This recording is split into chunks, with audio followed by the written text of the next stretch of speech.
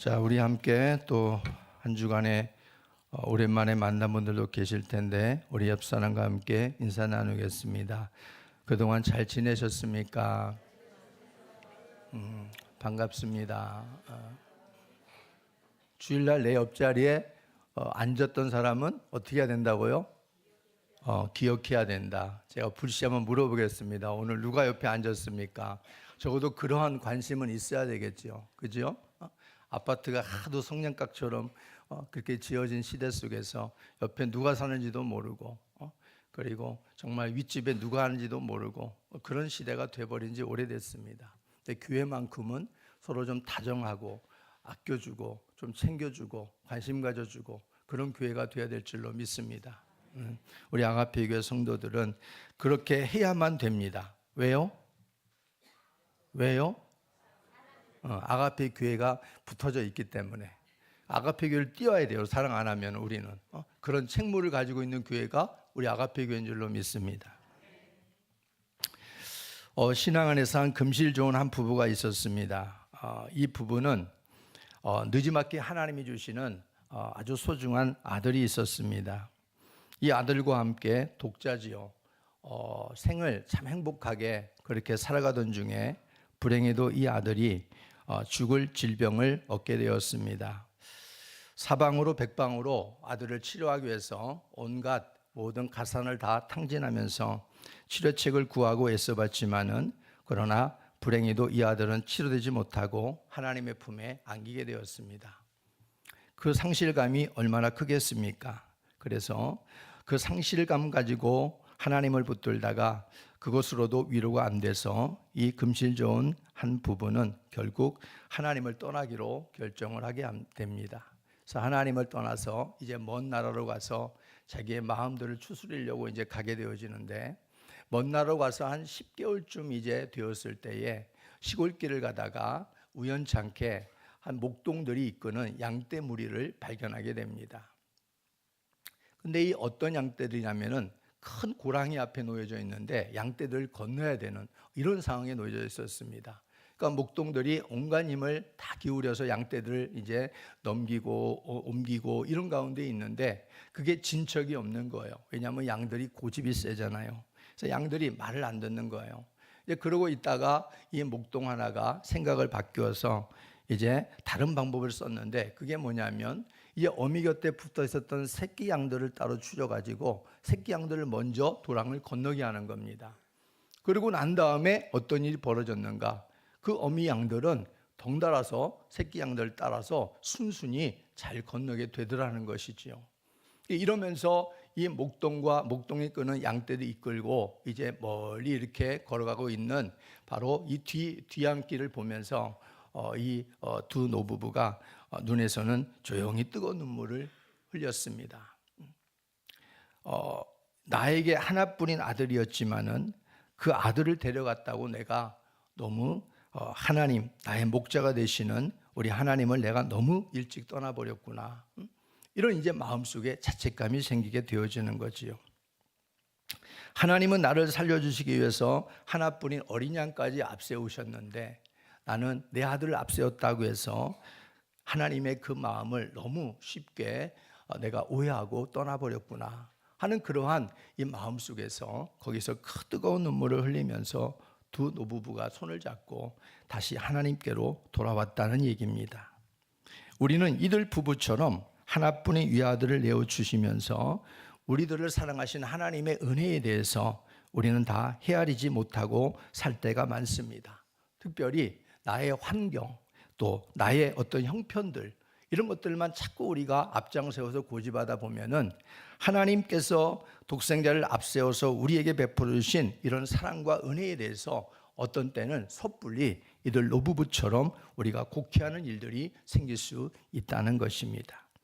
우리는 오늘 이들 부부처럼 하나뿐인 위아들을 내어주시면서 우리를 사랑하신 하나님의 은혜를 다 헤아리지 못하는 그런 삶은 없는가를 돌아보는 시간이 되었으면 좋겠습니다. 요한복음 10장은 양과 목자의 관계를 비유적으로 잘 설명을 해주고 있는 말씀입니다. 우리는 오늘 이 예수님과 성도와의 관계에 대해서 오늘 요한복음 10장의 말씀과 더불어서 다른 본문의 말씀과 함께 우리가 몇 가지 교훈과 은혜를 나누고자 합니다. 먼저 첫 번째로 우리가 살펴볼 것은 예수님과 성도와의 관계는 어떤 관계인가? 오늘 본문에서 목자와 양의 관계다, 이렇게 설명을 해주고 있습니다. 요한복음 10장 10절 11절 말씀 우리 다시 한번 읽어보겠습니다. 시작. 내가 온 것은 양으로 생명을 얻게 하고 더 풍성히 얻게 하려는 것이라. 나는 선한 목자라. 선한 목자는 양들을 위하여 목숨을 버리거니와. 예수님이 우리에게 선한 목자다, 이렇게 스스로 말씀하십니다. 선한 목자 되시는 예수님은 우리에게 생명을 주기 위해서 오셨고 더 풍성하게 주시기 위해서 오셨고, 그것이 바로 우리에게 목숨을 내던져 주신 것입니다. 그것이 바로 선한 목자이신 예수님의 모습이고 예수님이 이 땅에 오신 목적이기도 합니다. 우리가 목자가 목자일 수 있는 이유가 무엇이겠습니까? 바로 그것은 그 목자에게 사랑하는 양들이 있기 때문에 그렇습니다. 그러니까 목자라고 하는 그러한 정의는 결국 양들과의 관계성에서 나타날 수 있는 것이지요. 예수님이 선한 목자다 이렇게 말씀하셨을 때에 예수님께로 돌아올, 또 예수님을 믿고 따르는 그 많은 양들을 예수님은 염두에 두고 계신 겁니다. 그 예수님께서 바로 그 양들을 위해서 나는 목숨을 기꺼이 버리겠다, 그들을 위해서 기꺼이 내 생명을 아낌없이 주겠다라고 하는 바로 그러한 모습이 바로 예수님의 선한 목자 되심이라고 말할 수 있다는 것입니다. 만약에 목자가 싹군이라면은 양들에게 있어서 그보다 더 위험천만한 일은 없을 것입니다. 반대로 목자에게 있어서 고집불통이라면은 양들이 그것만큼 곤욕스러운 일들은 또한 없을 것입니다. 목자는 양들을 정성을 다해서 목숨을 다해서 살필 때 오늘 예수님이 말씀하신 것처럼 선한 목자가 될 수가 있는 것이고, 양들은 자기 목자만을 제대로 믿고 따라갈 때에 그 관계에서 유대 관계가 형성이 될 것입니다. 그럼을 통해서 바로 양들은 목자 안에서 안전하게 보호가 될 것이라는 겁니다. 예수님과 성도와의 관계도 마찬가지입니다. 저와 여러분의 관계도 마찬가지입니다. 예수님은 스스로 말씀하시기를 나는 선한 목자다, 이렇게 말씀해 주고 있잖아요. 사람들 중에는 좋은 목자도 있고 또 악한 목자도 있습니다. 나쁜 목자도 있지요. 그러나 우리 예수님은 분명하게 말씀하시기를 나는 선한 목자다, 언제나 처음부터 마지막까지 영원토록 언제나 변함없는 선한 목자다, 이렇게 우리에게 말씀을 해주고 있습니다. 그 이유가 바로 앞서 우리가 같이 나누었던 양들을 위해서 예수님은 전혀 변함이 없으십니다. 목숨을 주기로 한 것, 그리고 목숨을 주고 나서도 여전히 우리를 향한 그 목자의 되심이 여전히 변함이 없고 영원하다는 겁니다. 어떻게 하면 양들로 하여금 더 풍성한 꼴을 먹게 할까? 이게 예수님의 최대의 고민인 것이지요.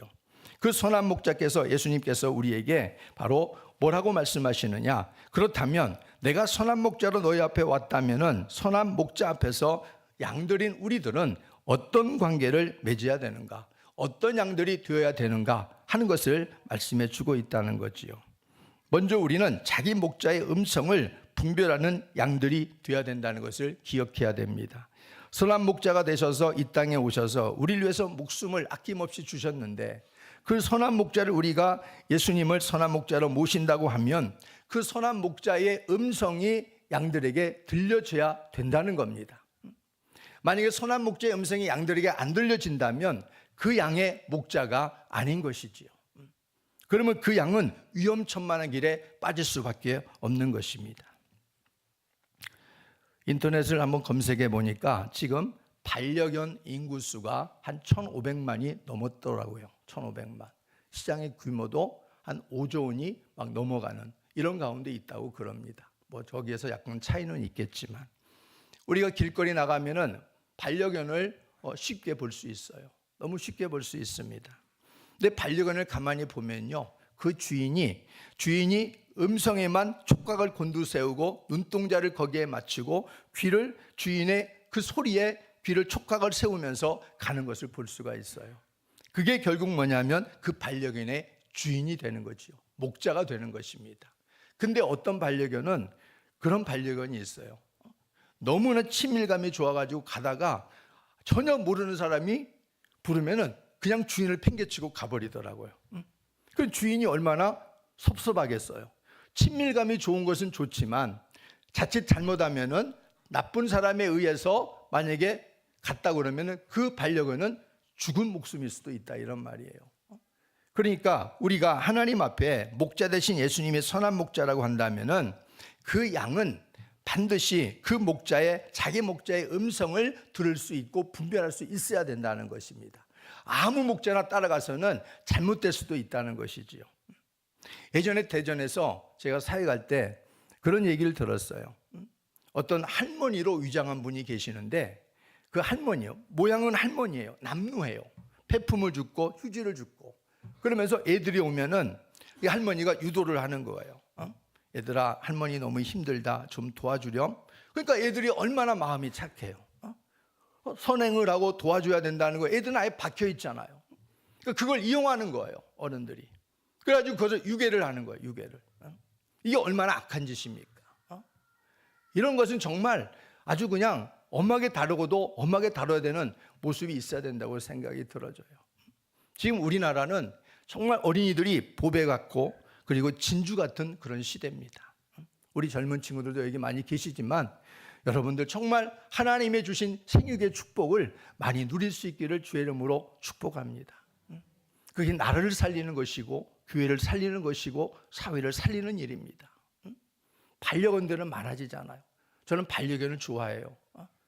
특히 부정적인 생각은 없지만 그러나 길거리에 나가보면은 아이들의 소리가 들려지고 아이들이 보여줘야지 반려견들이 더 많이 보여진다면 이건 심각한 대한민국이 아니겠습니까? 저만의 걱정이 아닐 것입니다.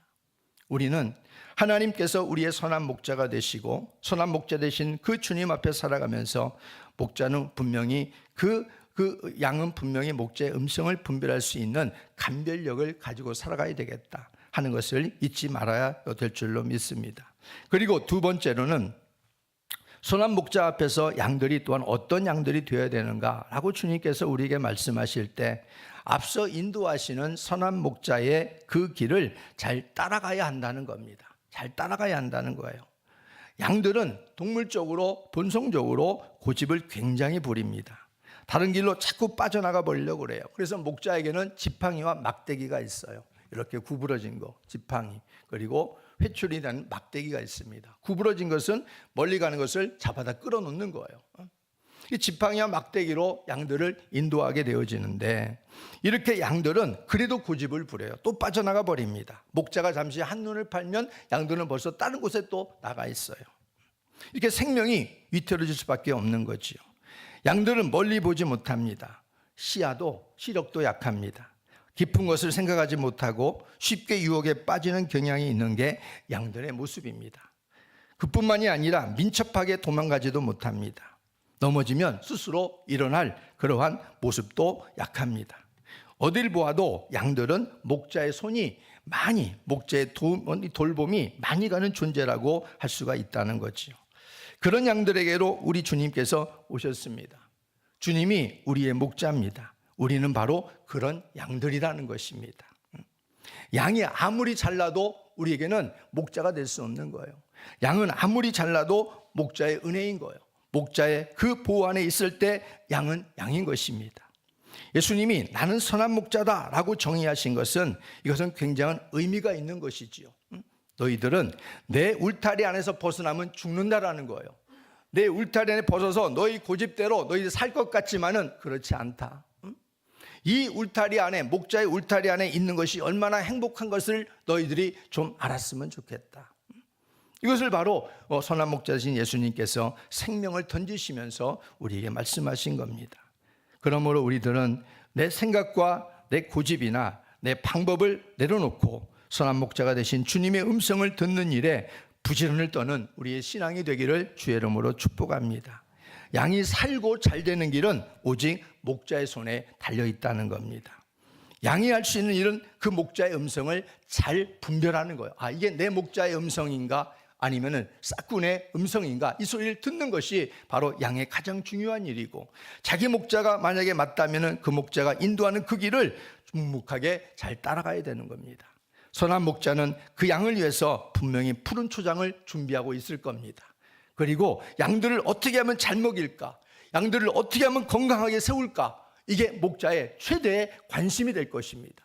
그 목자가 그 길을 인도하는데 양이 따라간다면 그 양은 수지 맞는 거지요. 그 양은 정말로 평생 그 목자 안에서 행복함을 누리는 양이 될 줄로 믿습니다.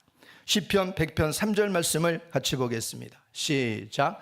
여호와가 우리 하나님이신 줄 너희는 알지어다. 그는 우리를 지으시니요 우리는 그의 것이니 그의 백성이요 그의 기르시는 양이로다. 오늘 이 말씀을 여러분이 잘 묵상해 보세요. 여호와가 우리 하나님이신 줄 너희는 알지어다. 하나님은 우리를 지으시니다. 하나님은 우리는 그의 것이고 그의 백성이고 그의 기르시는 양이다. 그러니까 양이라고 하는 정체성은 어디에 있는가? 목자에게 있다는 거예요. 하나님 대신, 목자가 대신 하나님에게 바로 양의 정체성이 거기에 다 붙어 있다는 겁니다. 그러니까 선한 목자 대신 예수님과 우리가 결별한다거나 예수님과 떨어져 있다고 그러면은 그만큼 위험천만한 거예요. 우리는 바로 주의 것이고 주의 지으신 창조물이고 주님이 끝까지 길러주셔야 될 양이라고 하는 겁니다. 그 양이 하나님 앞에서 살아가면서 때론 땡깡도 부리고 고집도 부리고 물론 그렇게 할 수도 있겠지만 그러나 그런 과정 속에서 양은 배우게 되는 것이죠. 아, 내가 목자의 품을 떠나면 이런 아픔이 있구나, 이런 고통이 있구나, 이런 시련이 있구나. 아, 목자의 말을 내가 듣지 않으니, 목자의 인도를 따라가지 않으니, 다른 목자가 좋은 것 같아서 따라갔더니 아, 이런 정말 어려운 일을 당하게 되는구나. 이런 일들을 이제 몸소 겪으면서 양들은 또 성장할 수 있는 기회도 되기도 하지만 이것은 정말 줄타기 하는 것처럼 정말 위험한 일이라는 것을 우리가 알고 언제나 우리의 선한 목자 되신 예수님께 붙어서 살아가는 여러분들이 되기를 바랍니다. 두 번째, 예수님과 성도의 관계를 성경에서는 요한복음 15장 5절에 우리에게 말씀해 주고 있습니다. 바로 포도나무와 가지의 관계입니다. 요한복음 15장 5절 말씀 볼까요? 시작. 나는 포도나무요 너희는 가지라. 그가 내 안에 내가 그 안에 거하면 사람이 열매를 많이 맺나니 나를 떠나서는 너희가 아무것도 할 수 없습니다. 포도나무를 통해서 열매를 맺어가는 가지, 그 가지는 언제나 그 포도나무를 떠나서는 말라 죽는 가지입니다. 우리가 포도 열매를 바라보면 그 포도 열매는 분명히 나무에서 맺히지 않습니다. 반드시 그 아주 연약해 보이는 가지에서 포도 열매가 맺히는 것을 볼 수 있습니다. 그런데 우리 성도들이 바로 예수님과의 관계에서 그런 관계다라는 것입니다. 포도나무와 가지는 바로 한 몸입니다. 만약에 가지가 자기에서 열매를 맺는다고 자칫 착각하고 나는 나무를 떠나서 살 수 있다라고 자주독립을 선포하게 되어지면 그때부터 그 가지는 서서히 말라 죽어가는 것입니다. 아무것도 할 수 없는 거예요.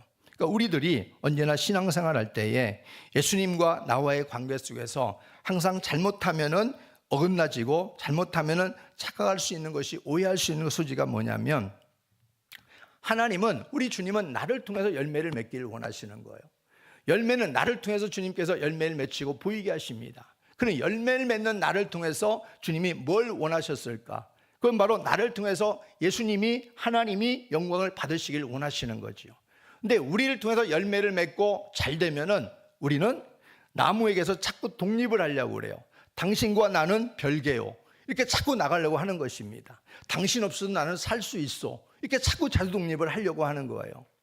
그래서 인생이 고난을 만나고 어려움을 만나고 그리고 난 다음에 주님께 다시 와서 주님 앞에 엎드리는 것을 볼 수가 있는데, 가지에서 열매를 맺는다 해도 나무에서 자주 독립하면 그 나무는 이미 죽은 것입니다. 성도들이 예수님을 떠나서는 아무것도 할 수 없고 좋은 열매를 맺을 수 없고 결국에는 서서히 말라 죽게 된다 하는 것이 포도나무와 가지의 중요한 비유라고 말할 수 있습니다. 세상을 살아가면서 우리들은 예수님을 떠나서도 혼자 잘 살 것 같은 그러한 생각이 들 때가 있습니다. 내가 원하는 대로 모든 일들을 계획하고 진행하면서 일들이 술술 잘 풀리고 또 내가 원하는 좋은 열매들을 그런 대로 잘 거두게 되어지면 사람들은 마음속에 이런 생각을 하게 되어지는 거야. 아, 나 혼자서도 잘 살 수 있구나. 굳이 예수님께 힘겹게 붙어 있지 않아도 내가 잘 살 수 있어. 이런 생각을 자꾸 하게 되어집니다. 이게 뭐냐면 사단의 미혹입니다. 우리는 가지입니다. 가지일 때 아까 선한 목자와 양의 관계에서 양이라고 하는 그 정체성은 선한 목자의 관계성에서 어떤 관계를 맺는가에 따라서 그 양의 모습들이 바로 보여질 수 있는 것이고, 오늘 여기 포도나무와 가지의 관계에서도 마찬가지입니다. 가지가 아무리 자기를 통해서 열매를 맺는다 해도 가지는 포도나무가 될 수 없다는 것입니다. 가지가 포도나무를 대체하려고 한다면 그것은 어불성설인 것이지요. 마치 피조물이 창조주가 되겠다는 것과 같은 것입니다. 내가 하나님 앞에서 이 땅에서 내 능력이 때로는 남들보다 특출나고 잘 나가고 큰 권세를 가지고 있고 능력이 있어서 내가 말을 하고 내가 원하는 계획들을 다 실현할 수 있다고 할지라도 우리는 바로 피조물에 불과한 거지요. 그 피조물이 자기의 그러한 모습을 뛰어넘어서 창조주가 되겠다고 하는 것은 이게 오만이고 이게 교만인 것이죠. 창세기 11장의 바벨탑 사건은 그래서 일어나게 되는 거 아니겠습니까? 너무 인류가 번성하게 되어지고 너무 잘 되니까 인류가 모여서 꿈꾸는 것이 뭐냐면 우리 성대 꼭대기를 하늘까지 쌓아보자. 그리고 우리 이름을 거기다 내자. 그리고 흩어짐을 면하자. 이 말은 무슨 말이냐면 우리가 신이 되자 이거예요. 인간 제국을 만들어서 우리가 신이 되고 우리가 군림하자. 이 세계를 우리가 다스리자. 그런 역사의 사람들이 얼마나 많이 있었습니까? 그러나 지금 우리가 돌아보면 다 안개와 같은 것이고 허망한 것들이라는 것을 알 수 있을 것입니다. 피조물의 가장 행복한 자리는 피조물의 자리입니다. 피조물이 창조주의 자리에 넘어가게 되어지면 그 순간부터 불행해지는 것이죠. 하나님의 관계가 끊어지는 것입니다. 아담과 하와가 왜 선악과라고 하는 그 하나님께서 그 선악과를 따먹지 말라고 하셨는가? 그 선악과는 피조물과 창조주 안에 유일한 구분선입니다. 구분선. 에덴 동산에 아담과 하와 창조될 때에는 아담과 하와의 몸은 영생하는 몸이었어요. 죽음이 없는 몸이었습니다. 그것보다 더 완벽한 몸이 어디 있겠어요? 근데 하나님이 거기다가 딱 구분선을 지어 놓은 거예요. 선악과만큼은 따먹지 말아라. 그게 바로 뭐냐면 창조주와 이 피조물과의 구분선인 거예요. 근데 뱀이 들어오잖아요. 사단이 뱀을 통해 들어오잖아요. 그러면서 미혹을 하잖아요. 네가 하나님같이 될 것이다. 이 말이 얼마나 설득력 있게 들렸는지 모르지만 내가 하나님같이 될 것이다 라고 하는 이 미혹의 말에 하와가 자빠집니다. 하나님같이 될 것이다. 영생까지 가지고 있는데 하나님같이 된다고 하니까 이게 얼마나 선뜻 눈에 띄는 거겠어요. 이게 바로 뭐냐면 피조물이 창조물이 되겠다는 거예요. 그러니까 결국에서는 모든 걸 잃어버리고 에덴에서 쫓겨나는 신세가 되지 않았습니까? 그러니까 우리는 이 포도나무와 가지의 관계는 바로 그런 겁니다. 가지는 가지에서 하나님이 열매를 맺게 하시지만 그 가지가 열매 맺었다고 해서 포도나무보다 결코 앞서지 않는다. 여전히 가지는 포도나무 때문에 존재하는 것이고 포도나무가 없으면 가지는 가지 역할을 할 수 없는 것이고 열매도 맺을 수 없다는 사실을 분명히 보여주고 있습니다. 그러므로 예수님과 우리와의 관계는 나는 예수님과의 관계에서 떨어지면 나는 아무것도 할 수 없다. 내가 설령 육신으로 뭔가 우리가 할 수 있을지라도 그것을 통해서 우리가 하나님과의 관계가 떨어졌으면 우린 이미 죽은 존재다. 이걸 우리가 잊지 말라는 것입니다. 우리는 영적 존재로 지음받았습니다. 육은 육이고 영은 영이라고 예수님은 말씀하셨고 육은 육신의 것으로 채워지지만 영은 영적인 하나님이 공급해 주시는 영의 양식으로 채워지게 되어집니다. 그것을 깨닫지 못하고 하나님을 떠난 인생은 결국 허망함으로 인생이 마치게 되어집니다. 이 세상에는 그 어떤 것도 우리들에게 영원한 생명을 주지 못해요. 영생은 오직 우리 주 예수 그리스도를 알고 믿을 때 주시는 하나님의 선물인 줄로 믿습니다. 석가모니는 내가 이 생에서 이 생도 내가 다 알지 못한다. 그런데 내 생을 내가 어찌 알겠느냐. 이렇게 제자의 물음에 답했던 사람이에요. 근데 예수님은 뭐라고 그랬어요? 예수님께서는 내가 곧 길이요 진리요 생명이니 나로 말미암지 않고는 아버지께로 올 자가 없느니라. 분명하고 명확하게 말씀을 주셨지 않습니까? 그 예수님을 통해서 우리가 알고 믿을 때 하나님의 영원한 생명의 길이 열리게 되는 줄로 믿습니다. 요한복음 17장 3절 말씀 한번 볼까요? 시작. 영생은 곧 유일하신 참 하나님과 그가 보내신 자 예수 그리스도를 아는 것이니이다. 예수 그리스도를 통해서 우리가 그분에 대해서 우리가 알고, 그분에 대해서 우리가 신지식을 체득하고, 그 부분에서 우리가 또한 믿고 그분을 우리 안에 모시게 되어졌을 때 영원한 생명이 우리 가운데 머물게 되어집니다. 요한복음 5장 24절도 같이 보겠습니다. 시작. 내가 진실로 진실로 너희에게 이르노니 내 말을 듣고 또 나 보내신 이를 믿는 자는 영생을 얻었고 심판에 이르지 아니하나니 사망에서 생명으로 옮겼느니라. 아멘. 나무와 가지는 하나이지요. 우리 예수님과 성도들이, 우리들은 바로 하나로 부르심을 받았습니다. 그것이 세례입니다. 세례. 나는 죽고 이제 예수님을 내 안에 모시고 예수님과 나는 하나가 되었습니다. 예수님과 나는 연합이 되었습니다. 이것을 사람들이 공포하는 것이 바로 세례식입니다. 여러분들 다 세례를 받으셨잖아요. 예수님과 하나 되었잖아요. 그렇기 때문에 우리는 예수님을 떠나서 살 수 없어요. 포도나무에서 해마다 새로운 가지들이 나와서 열매를 맺힐 때 우리들은 포도나무에서 열매를 맺는다고 말하지 가지에서 열매를 맺었다고 말하지 않습니다. 왜 그러냐면은 포도나무와 가지가 하나이기 때문에 그렇습니다. 그 나무에 속해 있기 때문에 그래요. 예수님과 성도와의 관계도 똑같은 것입니다. 예수님 안에서 하나됨을 이루어서 우리가 살아가게 되어지면 우리가 아니라 예수님께서 그 양분을 공급해서 우리가 자연스럽게 선한 열매를 맺으며 살게 됩니다. 그러면 그 열매로 말미암아 가지가 아닌 포도나무가 영광을 받는 것처럼 우리를 통해서 저 사람 예수 믿는 사람이던데 저 사람 정말 참 열매가 너무 아름답고 멋지네. 저 사람 안에 계신 예수님을 통해서 저 사람이 저렇게 변화가 되었네 라고 사람들이 우리가 나타낸 열매를 통해서 예수님이 영광을 받으시게 된다는 것입니다. 그래서 우리는 좋은 열매를 반드시 맺어야 돼요. 왜냐하면 우리의 열매로 우리 자신만 요거도 먹는 게 아니라 우리의 나쁜 열매로 예수님이 영광이 가려진다는 겁니다.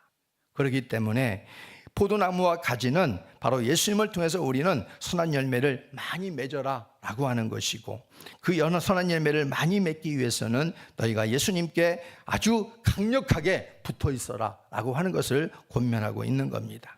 사과나무에 붙어 있는 가지에서 사과 열매를 맺고 포도나무 곁에 붙어 있는 가지에서 포도 열매를 맺으면 사람들은 그 열매를 보고 사과나무, 포도나무라고 알게 됩니다. 우리들도 이 예수님이라는 포도나무에 붙어 살아가면서 우리들이 좋은 열매를 맺으면 저 사람은 예수님 닮은 예수님 열매를 맺었구나 하고 예수님이 칭송을, 영광을 받으실 줄로 믿습니다. 이런 모습이 예수님과 성도와의 관계가 된다고 하는 사실을 우리가 다시 한번 마음에 담을 수 있었으면 좋겠습니다. 마지막으로 예수님과 성도와의 관계는 신랑과 신부의 관계입니다. 계시록 19장 7절 8절 말씀 같이 볼까요? 시작. 우리가 즐거워하고 크게 기뻐하며 그에게 영광을 돌리세. 어린 양의 혼인 기약이 이르렀고 그의 아내가 자신을 준비하였으므로 그에게 빛나고 깨끗한 세마포 옷을 입도록 허락하셨으니 이 세마포 옷은 성도들의 옳은 행실이로다 하더라. 예수님은 영원한 신랑으로 성경에서 우리에게 나오고 있습니다. 그리고 이 땅에 예수님의 피로 값주고 사신 모든 교회들은 바로 예수님의 신부들이다. 이렇게 상징적으로 비유적으로 우리에게 설명을 해주고 있습니다. 신랑과 신부는 누군가의 중매를 통해서 만나기도 하고 어찌되었던 서로 다른 환경에서 남과 여가 만나서 예식을 통해서 하나됨을 이룬 사이라고 말할 수 있을 것입니다. 사랑이라는 달콤함도 있고 인생의 한 번뿐인 순결함을 나누는 신성함도 있고 또 누구도 침범할 수 없는 그들만의 기쁨과 비밀도 있을 것입니다. 그럼에도 불구하고 만약에 한쪽에서 이것을 깨뜨린다고 그러면은 그들의 그 잘못된 행위를 통해서 이들은 더 이상 신랑과 신부가 될 수 없는 것이지요. 다시 물려할 수도 없는 거 아니겠습니까? 예수님은 성도들이 맞이할 영원하고 유일한 신랑 되신 분입니다. 그 신랑 되신 우리 주님은 오직 성도밖에 눈에 보이지 않는다는 사실을 꼭 기억해야 됩니다. 그래서 예수님은 골고다로 올라가시면서 오직 그것을 바라보시면서 자신의 몸을 십자가에서 생명을 물과 피를 쏟아 부어주신 겁니다. 주님 눈에는 다른 것이 보이는 게 아니라 우리가 보여요. 영혼이 보여요. 주께로 돌아올 그 수많은 신부들이 보인다, 이런 말이에요. 우리들은 예수님만 사실상 보여야 되는 게 정상인데 우리는 세상도 보이고 예수님도 보이고, 이렇게 우리가 양쪽으로 우리가 살아가잖아요. 그러니까 세상이 더 많이 보이면 예수님과 좀 멀어지고, 예수님이 더 많이 보이면 예수님과 좀 더 가까워지고, 이게 바로 우리의 신앙인 거예요. 근데 우리는 죽을 때까지 우리의 영원한 신랑 되시는 예수님이 정말 많이 보여야 돼요. 많이 생각나줘야 돼요. 많이 꿈을 꿔야 돼요. 많이 그분이 우리 가슴 속에 품어줘야 돼요. 그게 바로 신부의 모습이 아니겠어요? 아니, 너무너무 사랑하는 신랑과 신부가 만났는데 신랑과 신부의 마음속에, 신랑의 마음속에 누가 있어야 돼요? 눈 뜨면 나의 신부, 신부에게는 눈 뜨면 나의 신랑, 이게 있어야 되잖아요. 눈만 뜨면 다른 신랑, 다른 신부가 보인다면 이게 정상적이겠느냐라고 하는 거죠. 우리는 주님의 신부예요. 거룩한 신부, 주의 피로 우리를 값주고 사신 신부들이에요. 우리는 정말 신랑 되신 주님이 날마다 생각나줘야 되는 거예요. 주님 오실 그날이 언제일까? 주님이 내가 이렇게 살면 어떻게 생각하실까? 주님 앞에 사랑 고백도 하고. 어떤 분은요, 너무 주님이 보고 싶은데 보이지 않으니까 하루에 매일같이 편지를 썼다고 그래요. 편지를. 하늘에 계신 나의 신랑 예수님이요. 그래서 날마다 편지를 써요. 편지를 쓰다가 울기도 하고, 편지를 쓰다가 혼자 기뻐하기도 하고. 그러니까 옆에 있는 신랑이 그걸 보면서 저거 미쳤나 저거, 왜 자꾸 저녁만 되면 저게 희죽희죽거리고 어떤 때는 훌쩍훌쩍거리고 저게 그러나 하고 신랑이 궁금한 거죠. 그래서 몰래 신부가 외출한 사이에 이 신부의 이 선악가였던 이 노트를, 일기장을 몰래 펼쳐보게 된 거예요. 그랬더니 신랑이 누구예요? 예수님이에요. 예수님인 거예요. 그래서 자기의 신앙을 반성했다고 하는 얘기가 있습니다. 우리의 마음속에 여러분이 정말 예수님의 신부고 예수님이 진정한 여러분의 신랑이라면 여러분 날마다 그 신랑 되신 예수님의 가슴에 품고 정말 너무너무 좋아서 행복해서 어쩔 줄 모르고 살아가는 이런 사람들이 되시기를 주의 이름으로 축복합니다. 예수님의 성도들이 맞이할 영원하고 유일한 신랑이다. 요한복음 12장 24절 보겠습니다. 시작. 한 알의 밀이 땅에 떨어져 죽지 아니하면 한 알 그대로 있고 죽으면 많은 열매를 맺느니라. 예수님께서 한 알의 밀알이 되셔서 십자가에서 그 생명과 그 피와 물과 피를 뿌려주심으로 인해서 예수님을 통해서 수많은 많은 열매가 바로 저와 여러분인 줄로 믿습니다. 우리 주님의 죽으심이라는 것은 성도들을 향한 몸으로 실천하신 사랑 고백입니다.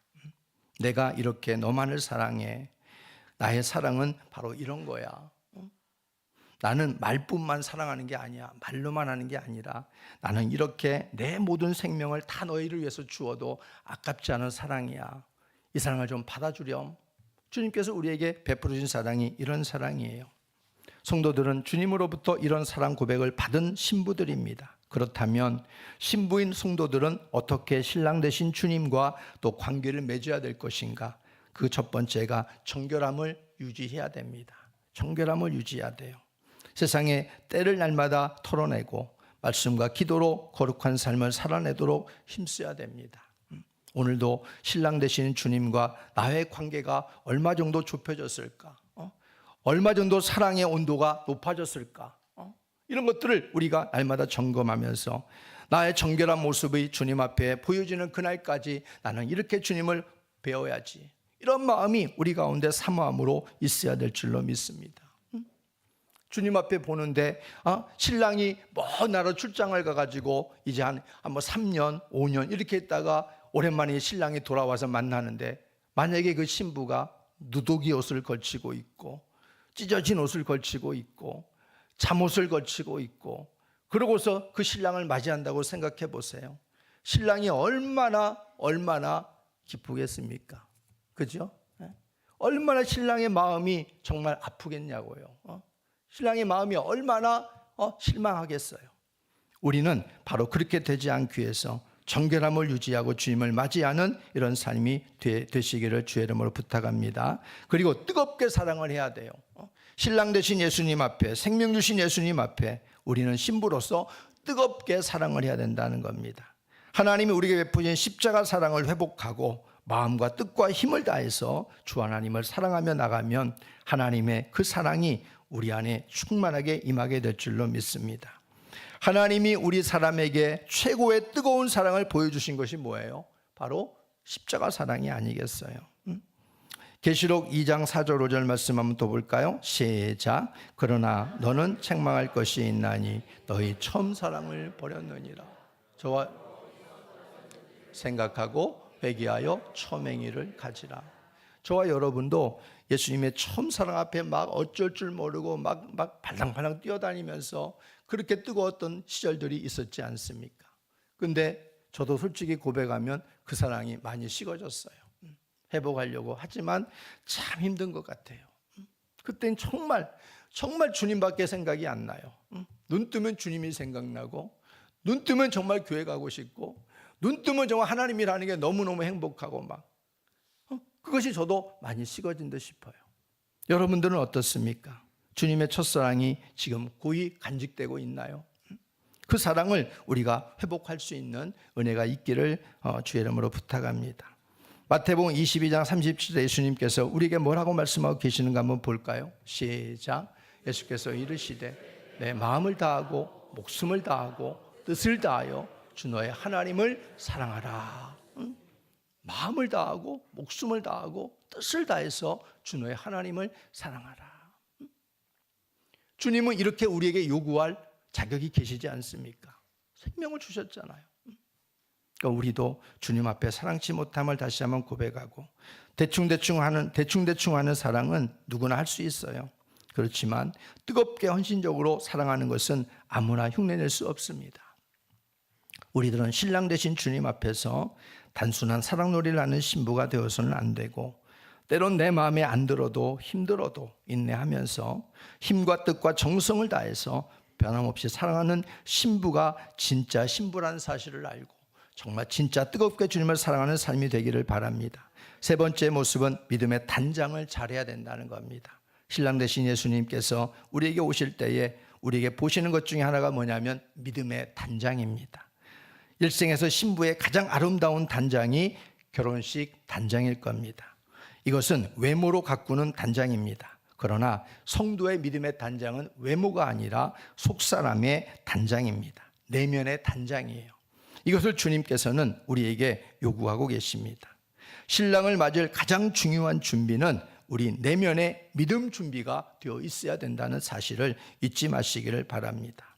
베드로전서 3장 3절 4절 마지막으로 한번 또 읽어보겠습니다. 시작. 너희의 단장은 머리를 꾸미고 금을 차고 아름다운 옷을 입는 외모로 하지 말고 오직 마음에 숨은 사람을 온유하고 안정한 심령에 썩지 아니할 것으로 하라.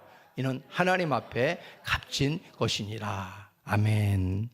속사람을 단장하라는 거예요. 여기 보게 되어지면은 너희들 외모로 하지 말라. 심령에 썩지 아니할 것, 이건 뭐냐면 속사람을 단장하라는 거예요. 우리 안에 믿음으로 단장을 잘하라는 거예요.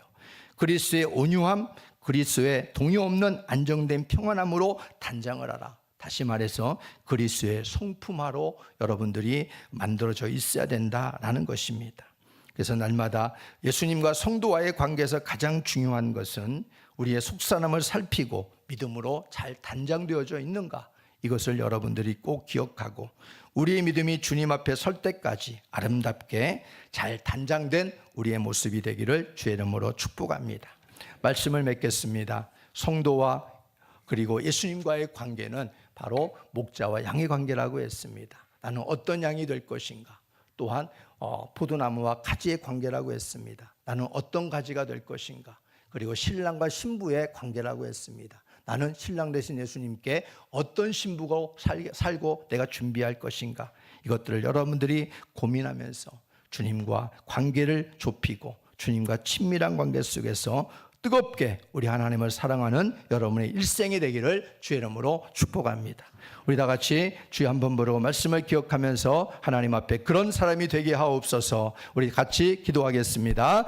주여